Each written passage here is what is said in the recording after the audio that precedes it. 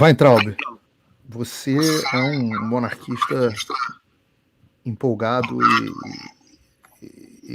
Eu tenho uma determinado, né? surpresa para contar para ti. Ah, sempre Eu achei que fosse. Não não vai dizer que não. necessariamente não sou monarquista, eu não entrei nisso pela monarquia. Eu sou um brasileiro empolgado. Até a alma, até a Quanto a isso, não há medula. dúvida.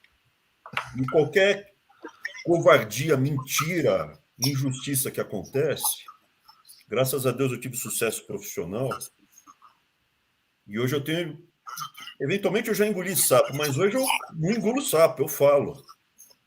E para mim a República do Deodoro, que eu chamo assim, porque ele é um personagem, para mim, abjeto.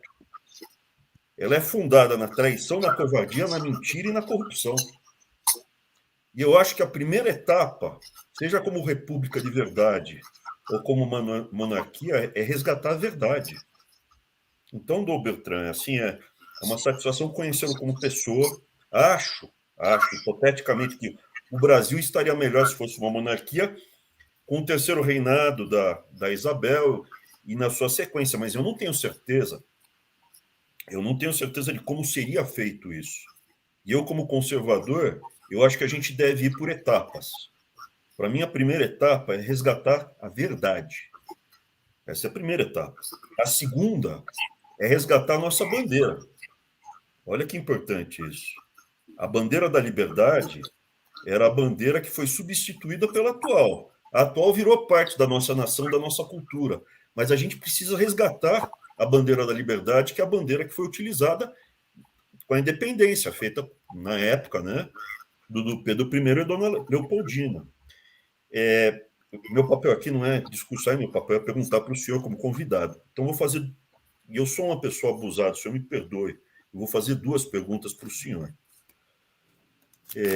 Só para concluir, eu não sei qual seria, porque Dom Pedro I, que para mim foi vilipendiado, foi o primeiro grande sofredor das fake news, né, que hoje é retratado como um mulherengo irresponsável.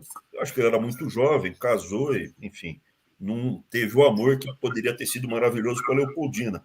Mas não dá para comparar ele com Dom Miguel, e era um homem extremamente corajoso e valoroso. O Pedro II, daí não dá nem para começar a falar. Nos Estados Unidos, que não elegê-lo como presidente. Mas vamos lá. A pergunta. Essa é a primeira. Deodoro. Muitos traçam isso, né? Que a República foi construída em cima de um corno, de uma dor de corno. Desculpe o meu francês, Dom Beltrão, mas é isso. A República do Deodoro foi feita em cima da dor de corno. Mas lendo a história, se fosse apenas isso, o Deodoro, passado algum período, poderia restaurar, chamar de novo, resgatar. E havia muito medo na República dessa restauração. Se ele fosse uma pessoa leal, o senhor é um cavalheiro, né? Não comentou, mas a família dele foi sustentada pelo Pedro II. Toda a promoção que ele teve no exército, ele teve que jurar lealdade ao imperador. Isso ele traiu tudo.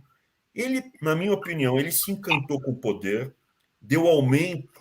Primeiros atos dele foi aumentar o soldo próprio, fazia questão de ser chamado de generalíssimo. Fora dois ou três casos que eu vi onde ele tinha um envolvimento direto com grandes suspeitas de corrupção.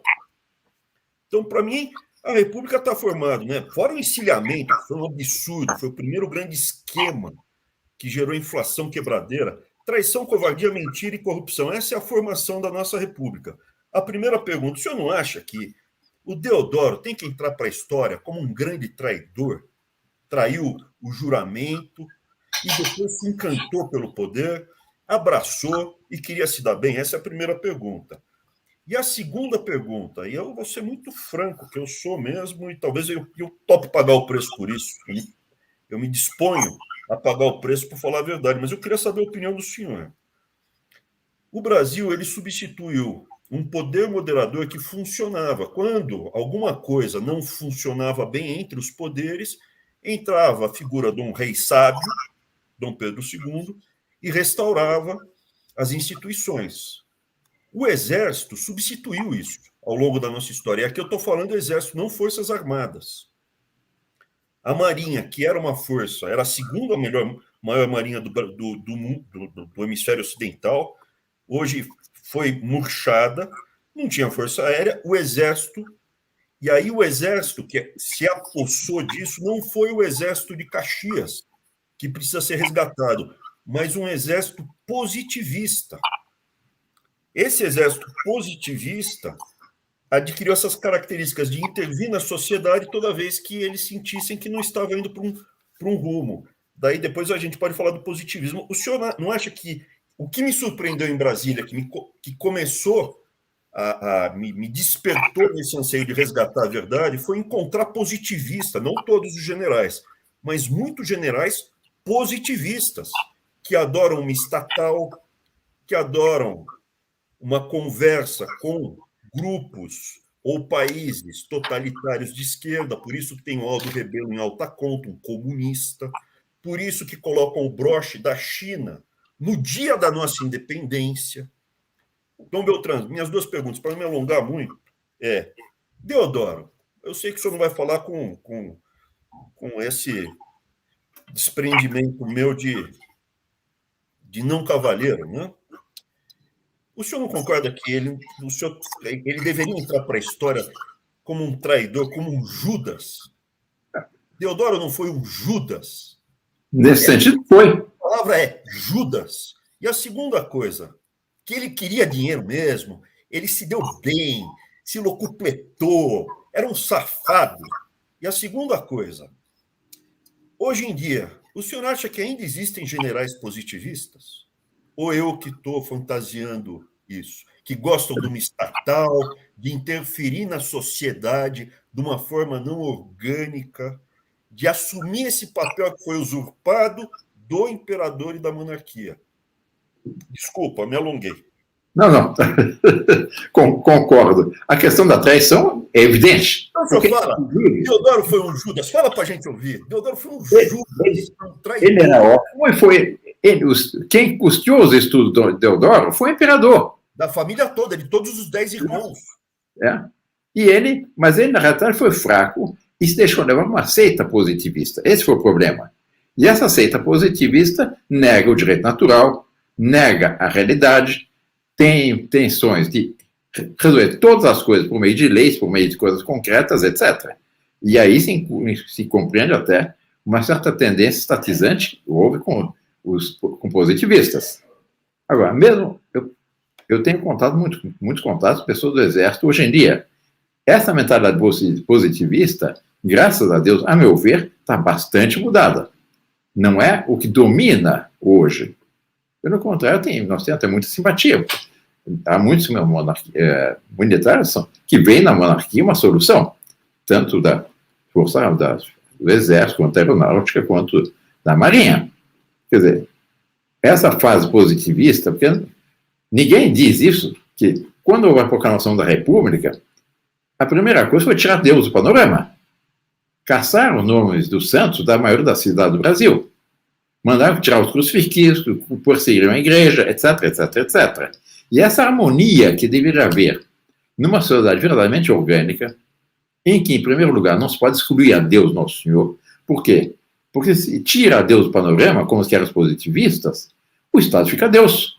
E o Estado se julga de um direito de legislar sobre absolutamente tudo, passando por cima do direito natural que antecede ao Estado. Essa é a realidade. Com relação à verdade, também é um outro ponto. Hoje se nega a verdade. O Ministério da Educação, aliás, eu me permito lhe fazer um elogio, que o senhor foi o primeiro homem público que teve a coragem de dizer algo que há muito tempo eu digo, que um dos grandes erros da estruturação do Brasil atual é a existência do Ministério da Educação. Havia até 1930 o Ministério da Instrução, não da Educação, porque a educação é dos pais. O Ministério da Educação usurpa um dos mais sagrados direitos das famílias. E eu vejo como a solução não é apenas uma monarquia, mas, sobretudo, um regime que respeite ao natural das coisas, que respeite o direito natural, que respeite a lei natural. Essa é a realidade. Se eu não houver isso, não há solução dos problemas. E o que às vezes é o público. Cada vez mais, quando te apresenta essa realidade, as pessoas dizem, não, de fato é isso mesmo. Porque está impresso no ser humano. ao natural. Não adianta querer apagar isso, porque está indo para o nosso ser.